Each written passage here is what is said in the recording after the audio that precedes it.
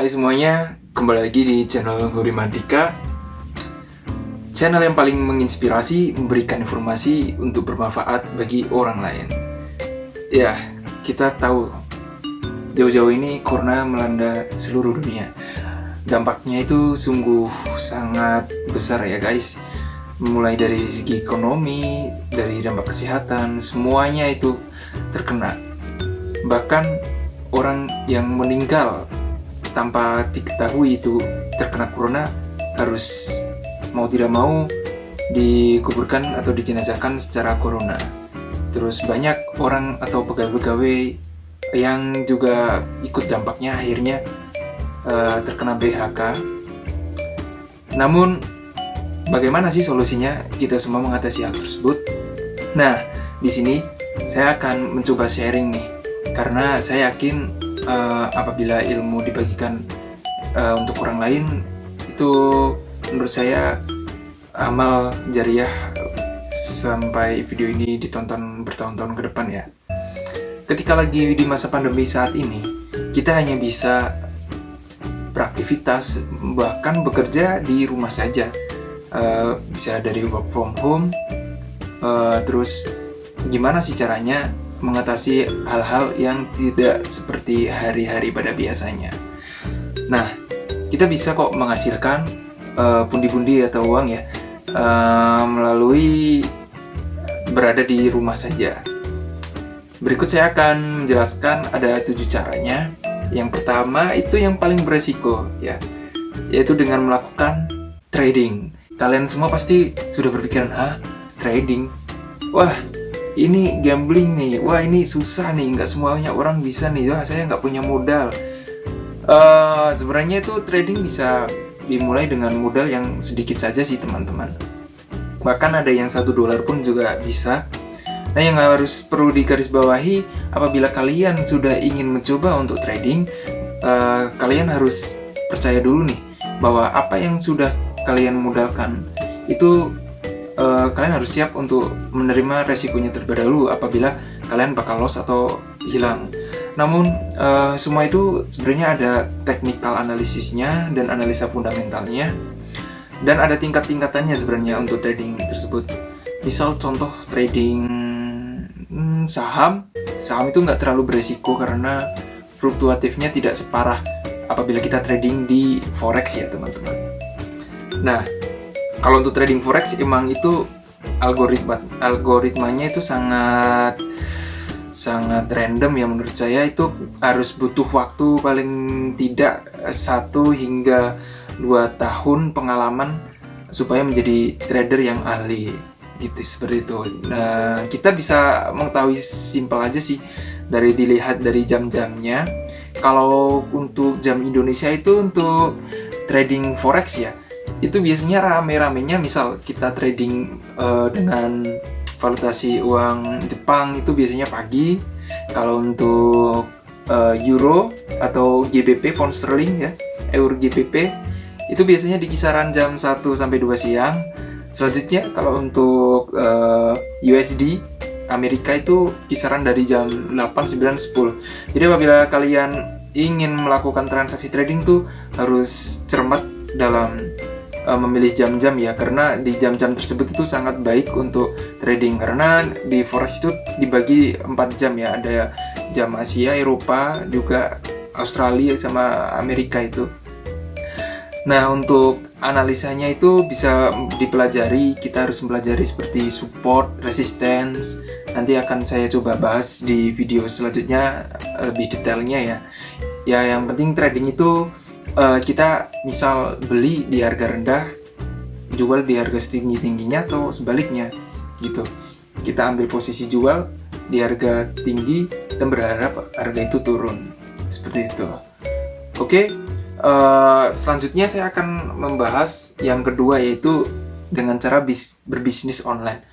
Bisnis online itu tidak harus mempunyai banyak modal. Kita bisa kok dengan cara online, yaitu bisa menggunakan cara dropshipping. Apa sih dropship itu? Jadi dropship itu kita mempunyai bisnis ya, namun kita tidak harus stok barangnya teman-teman. Kita bisa menghubungi suppliernya. nanti kita tinggal memasarkan produk yang kita inginkan, terus kita mencari customernya, kita mencari kebutuhan dia seperti apa, selanjutnya kita cari barangnya apakah ready atau tidak, seperti itu. Terus kita juga pastikan untuk barangnya itu sebisa mungkin kualitasnya paling baik, original, pokoknya jangan sampai mengecewakan, karena kan kita nggak bisa ini nih megang barangnya kecuali kalau kita stok ya.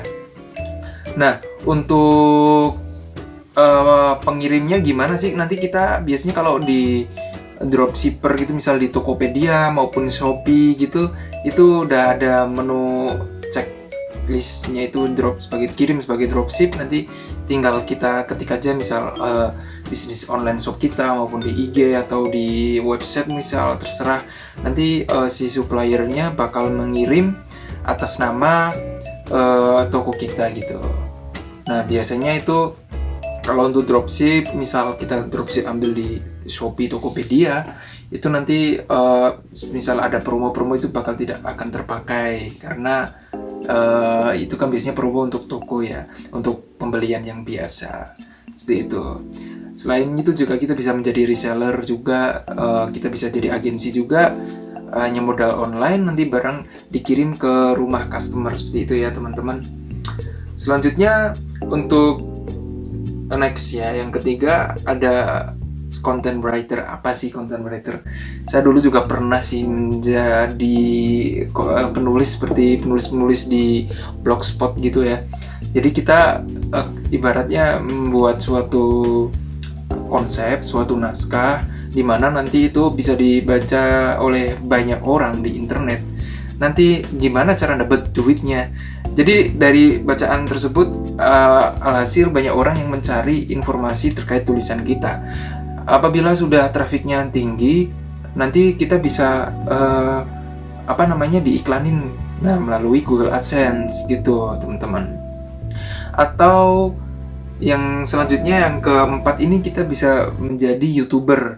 Nah, YouTuber ini sebenarnya sangat menarik teman-teman. Namun algoritmanya itu seiring perkembangan zaman selalu update gitu. Jadi kita harus paham betul tentang keywordnya, SEO-nya, bagaimana cara membuat thumbnail yang menarik, judulnya juga, terus kita harus kasih tag, terus kualitas video dan editingnya, background-nya, pokoknya banyak tips dan trik untuk membuat video di YouTube agar menarik untuk dilihat banyak orang. Nah, di sini ada syaratnya sendiri nih untuk menjadi YouTuber ya. Sebenarnya kita bisa langsung, asalkan punya email, karena YouTube udah dibeli oleh Google kan. Asalkan kita punya email, kita bisa kok langsung buat akun YouTube, terus buka YouTube Studio, dan kita langsung bisa upload juga video yang kita inginkan agar bisa dilihat oleh banyak orang. Namun yang perlu digarisbawahi, untuk menghasilkan uang dari YouTube, kita itu mempunyai syarat YouTube-nya itu ya.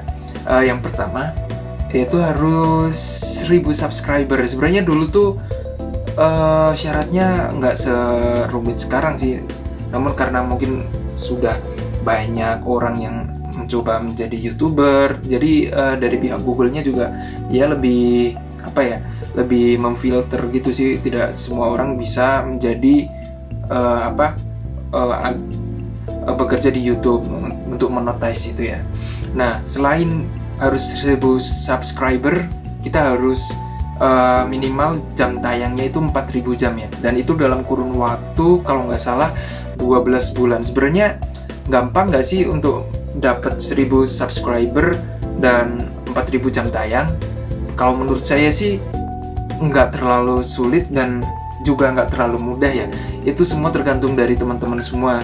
Bagaimana kita harus bisa mempromosikan YouTube kita, terus bagaimana kita harus rutin untuk upload video kita. Nah, kalau udah bisa nih syaratnya, nanti kita ajukan. Nah, nanti tinggal menunggu verifikasi dari pihak YouTube-nya. Apabila disetujui, nanti video kita dapat ditayangkan menggunakan iklan yang telah disediakan oleh Google, dan setiap orang yang melihat maupun mengklik iklan tersebut, kita dapat dolar dari YouTube dan nanti bisa dicairkan masuk ke rekening bank, seperti itu. Oke, selanjutnya yang kelima sampai yang ketujuh ini nih sebenarnya yang paling menarik ya teman-teman.